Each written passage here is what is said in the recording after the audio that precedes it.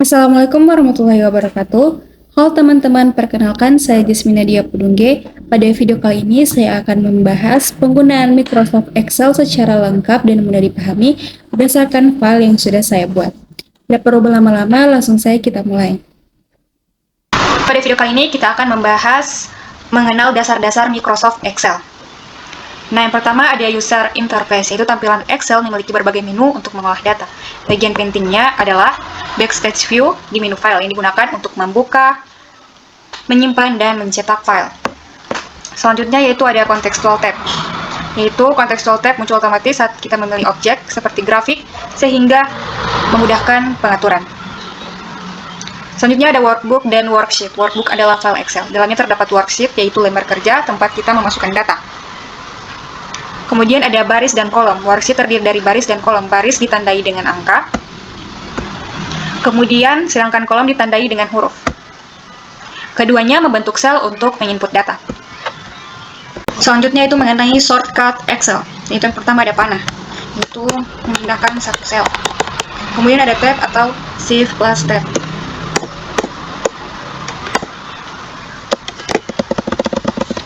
Kemudian ada enter atau shift plus enter, itu untuk bawah dan ke atas. Selanjutnya yaitu ada control plus panah, yaitu untuk lompat ke ujung data. Kemudian ada page up atau page down, yaitu untuk menggeser layar. Kemudian ada cell, yaitu kotak di Excel, yaitu pertemuan kolom dan baris. Contohnya yaitu C5 baris 5. Kemudian ada range, yaitu kumpulan beberapa sel, yaitu contohnya B3 dan D8. Bagian pertama yaitu ada data awal, yaitu data X dan data Y. Di tabel ini ada data utama, yaitu data X pada kolom A dan data Y pada kolom B. Pada contoh file yaitu A2 yaitu 40 dan B2 yaitu 10. Selanjutnya itu ada perhitungan dasar, yaitu simbolnya X tambah Y. Rumusnya yaitu sama dengan A2 ditambah dengan B2, kemudian kita tekan enter, maka hasilnya 50. Nah, hasil pada C2 adalah 50. Setelah kita buat rumus pada C2, kita tidak perlu lagi mengetik rumusnya kembali. Caranya, kita hanya perlu mengarahkan kursor ke pojok kanan sel C2 sampai muncul tanda plus, kemudian kita tarik ke bawah. Nah, maka rumus akan otomatis terhitung. Rumus akan otomatis berubah seperti pada C3. Nah, C3 ini sama dengan A3 ditambah B3, kemudian kita enter, hasilnya 45. Dan seterusnya, jadi hasil akan langsung terisi otomatis tanpa perlu mengetik rumusnya kembali. Selanjutnya yaitu ada simbol X kurang Y. Rumusnya yaitu sama dengan A2 dikurangi B2, kemudian kita tekan enter, hasilnya yaitu 30. Nah, untuk sel-sel berikutnya, kita tidak perlu lagi mengetik rumusnya kembali, tinggal kita tarik ke bawah. Maka semua baris akan otomatis terhitung. Selanjutnya yaitu simbol X bahagi Y. Rumusnya yaitu sama dengan A2 dibagi B2, kemudian enter, hasilnya yaitu 4. Pada contoh file yaitu 40 dibagi 10, hasilnya 4. Nah, sama seperti tadi, kita tidak perlu mengetik rumusnya kembali, kita cukup tarik ke bawah saja. Maka semua baris akan otomatis terhitung. Selanjutnya itu ada simbol X dikali Y. Simbol X itu pada Excel yaitu bintang. Rumusnya itu sama dengan A2 dikali dengan B2. Kemudian kita enter. Hasilnya 400. Pada contoh file itu 40 dikali dengan 10, hasilnya yaitu 400. Sama seperti tadi, kita tidak perlu mengetik rumusnya kembali, kita cukup tarik ke bawah saja, maka semua baris akan otomatis terhitung. Selanjutnya ada simbol X pangkat 2. Rumusnya itu sama dengan A2 pangkat 2, kemudian enter. Nah, pada contoh file yaitu 40 dipangkatkan 2, hasilnya yaitu 1600. Sama seperti tadi, kita hanya cukup tarik ke bawah saja, maka semua baris akan otomatis terhitung. Selanjutnya yaitu ada simbol Y 20%, artinya 20% dari Y. Nah, rumusnya sama dengan B2 dikali 20%. Kemudian enter, hasilnya yaitu 2. Nah, contoh pada file yaitu Y 10 kali 20% sama dengan 2. Sama seperti tadi, kita tidak perlu mengetik rumusnya kembali, kita hanya cukup menarik ke bawah saja, maka semua baris akan otomatis terhitung. Dan yang terakhir ada simbol X kurang Y tambah Y kali X. Rumusnya yaitu sama dengan A2 dikurangi B2 ditambah B2 dikali dengan A2, kemudian kita enter. Hasilnya yaitu 430. Selanjutnya, bagaimana kita membuat nama lengkap seseorang menggunakan rumus Excel. Seperti file yang sudah saya buat, nama depannya itu Regita, nama tengahnya Cayani, dan nama belakangnya itu Pedunje.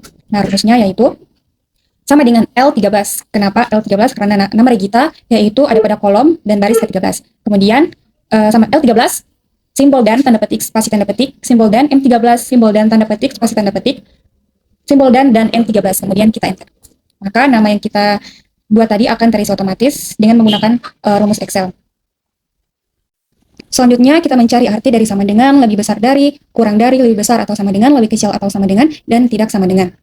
Nah, yang pertama yaitu ada sama dengan. Data 1 yaitu 10, data 2 yaitu 10.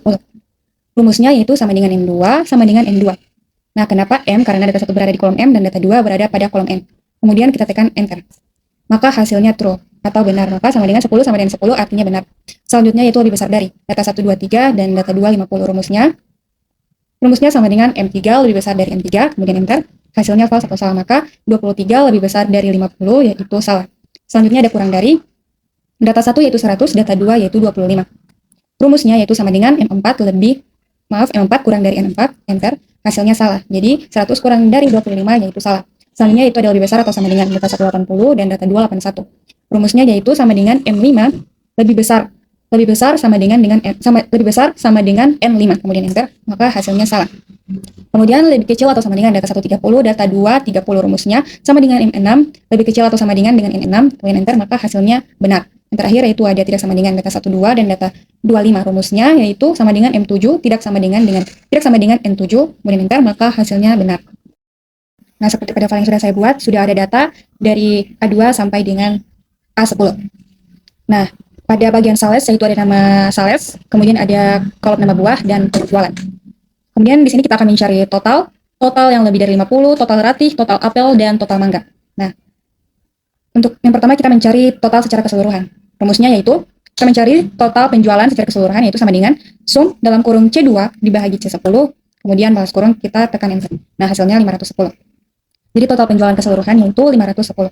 Selanjutnya yaitu kita mencari total yang lebih dari 50. Rumusnya yaitu sama dengan sum dalam kurung C2 ditambah dengan C4 ditambah dengan C5, kemudian ditambah dengan C6 dan ditambah dengan C8, kemudian balas kurung kita tekan enter. Maka hasilnya yaitu 320. Jadi total yang lebih dari 50, total penjualan yang lebih dari 50 yaitu 325.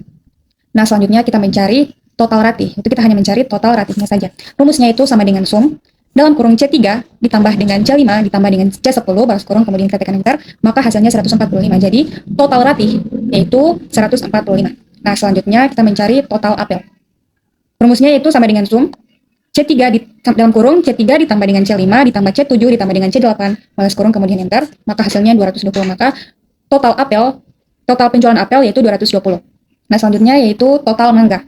Nah, rumusnya yaitu sama dengan sum dalam kurung C2 ditambah dengan C6 ditambah dengan C9 balas kurung kemudian kita tekan enter, maka hasilnya 190. Maka total penjualan mangga saja yaitu jumlahnya 190. Dan selanjutnya kita akan menghitung perhitungan gaji. Yaitu ada jam kerja, jam lembur, dan tarif upah. Kita ambil satu contoh saja pada nomor 1 atas nama Melia. Jam kerjanya di sini 45, jam lemburnya 15 jam. Nah, cara mencari upah kerjanya yaitu dengan rumus jam kerja dikali dengan 25.000. Hasilnya, rumusnya pada Excel itu sama dengan C5 dikali dengan 25.000. Kemudian kita tekan enter, maka hasilnya 1.125.000.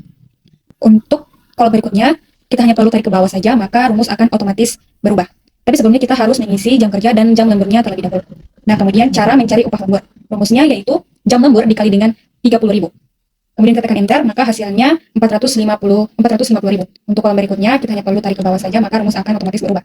Selanjutnya kita akan mencari total upah. Rumusnya yaitu upah kerja ditambah dengan upah lembur. Atau sama dengan L5 ditambah dengan F5, kemudian enter, maka hasilnya 1.575.000. Kemudian kita mencari pajak. Rumusnya yaitu total sama dengan total upah dikali dengan pajak 5%. Kemudian enter, maka hasilnya Rp78.750. Nah, selanjutnya cara mencari total upah atau neto, rumusnya itu sama dengan total upah dikurangi dengan pajak atau sama dengan G5 dikurangi dengan H5, kemudian enter, maka hasilnya Rp1.496.205. Sama seperti tadi, untuk baris berikutnya kita hanya perlu menariknya ke bawah. Nah, kemudian cara mencari total upah seluruh karyawan, rumusnya yaitu sama dengan sum, kemudian kita blok total upah neto seluruh karyawan atau sama dengan sum I5 dibagi dengan I14, kemudian enter, maka hasilnya Rp14.459.000. Kemudian cara mencari rata-rata upah seluruh karyawan, rumusnya sama dengan average dalam kurung I5 dibagi dengan I14 kemudian enter, hasilnya sama dengan Rp1.445.900. Kemudian cara mencari upah tertinggi karyawan, rumusnya sama dengan max dalam kurung I5 dibahagi dengan I14, balas kurung, kemudian enter, maka hasilnya 1.624.500. Dan terakhir cara mencari upah terendah karyawan, rumusnya yaitu sama dengan min, dalam kurung I5 dibagi dengan I14, balas kurung, kemudian enter, maka hasilnya 1.211.250 rupiah. Selanjutnya yaitu kita membahas mengenai data kuesioner. Nah, pada bagian atas tabel kita dapat melihat data responden yang masih berbentuk checklist atau tanda centang. Kolom pertama ada nomor dan kolom kedua ada nama responden. Nah, selanjutnya terdapat beberapa variabel yaitu ada usia, jenis kelamin, berat badan, tinggi badan, ukuran sepatu, alamat, agama, jumlah saudara, dan status. Nah, setiap tanda centang menunjukkan bahwa responden tersebut masuk ke dalam kategori yang sesuai. Selanjutnya, pada bagian bawah, data yang awalnya berbentuk checklist telah diubah menjadi kode atau tujuannya adalah untuk mempermudah analisis data dan memudahkan pengolahan statistik. Seperti pada contoh file, yaitu atas nama Resanadi, usia, ia memilih 2, yang artinya 21 tahun, kemudian jenis kelamin 1, artinya laki-laki, berat badan 3, artinya 51 sampai dengan 60 kg, tinggi badan 2, artinya 161 sampai dengan 170 cm, ukuran sepatu 3, 40 sampai 45, alamat 2, yaitu Kabupaten Bonebolao, agama 1, yang artinya Islam, ukuran baju 2, artinya L sampai dengan XL, kemudian jumlah saudara, ia memilih 2, yang artinya 1 sampai dengan 5 saudara, dan status 2, yang artinya pacaran. Nah, pada baris paling bawah terdapat bagian jumlah yang menunjukkan total dari masing-masing kategori. Fungsi dari bagian ini adalah untuk mengetahui distribusi data dan melihat kategori yang paling dominan.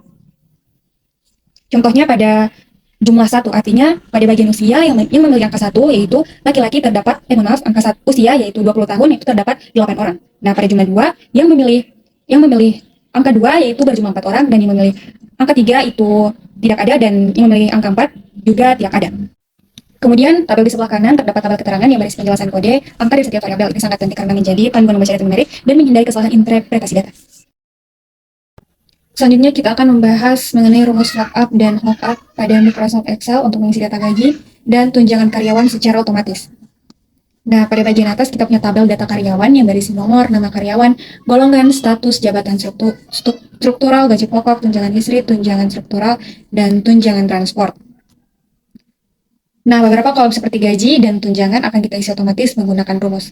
Nah, pada bagian bawah kiri terdapat tabel lookup yang berisi golongan, gaji pokok, dan tunjangan istri. Kemudian ada tabel lookup itu ada jabatan, direksi, kabak, kasubag, dan staf.